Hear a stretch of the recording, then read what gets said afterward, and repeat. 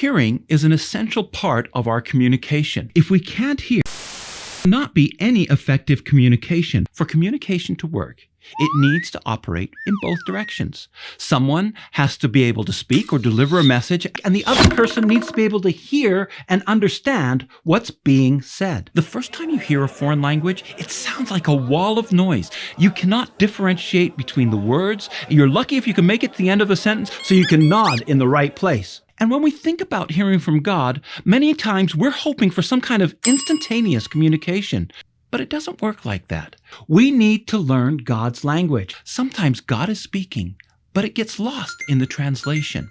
I know that there are those of you who are expecting to hear some kind of heavenly fanfare, be knocked off your feet, see the heavens pulled open to reveal the face of God. A booming voice gives you clear instructions as angels sing around you. I can't say that something like that will never happen.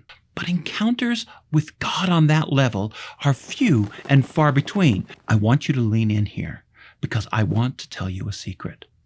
The most common way that God speaks is through a still, small voice deep in our spirits.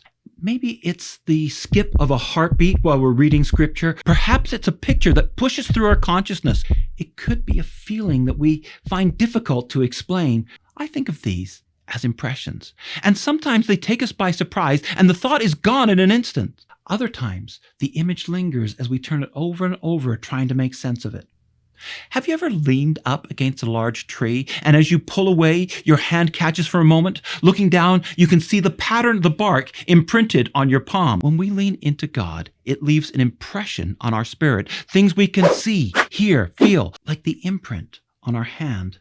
They fade over time. But as we learn to recognize them, we can pick up a pattern in what God is saying to us. Often, we fail to catch these divine moments. They're skipped over, missed, ignored, overlooked, passed by, forgotten. We miss God because we haven't learned His language.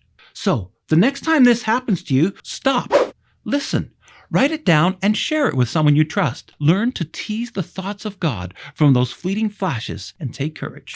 You have just embarked on a lifetime of connection with the God who created you. And if you want to improve your ability to hear God, check out these 3 things that will help you to get better at hearing Him.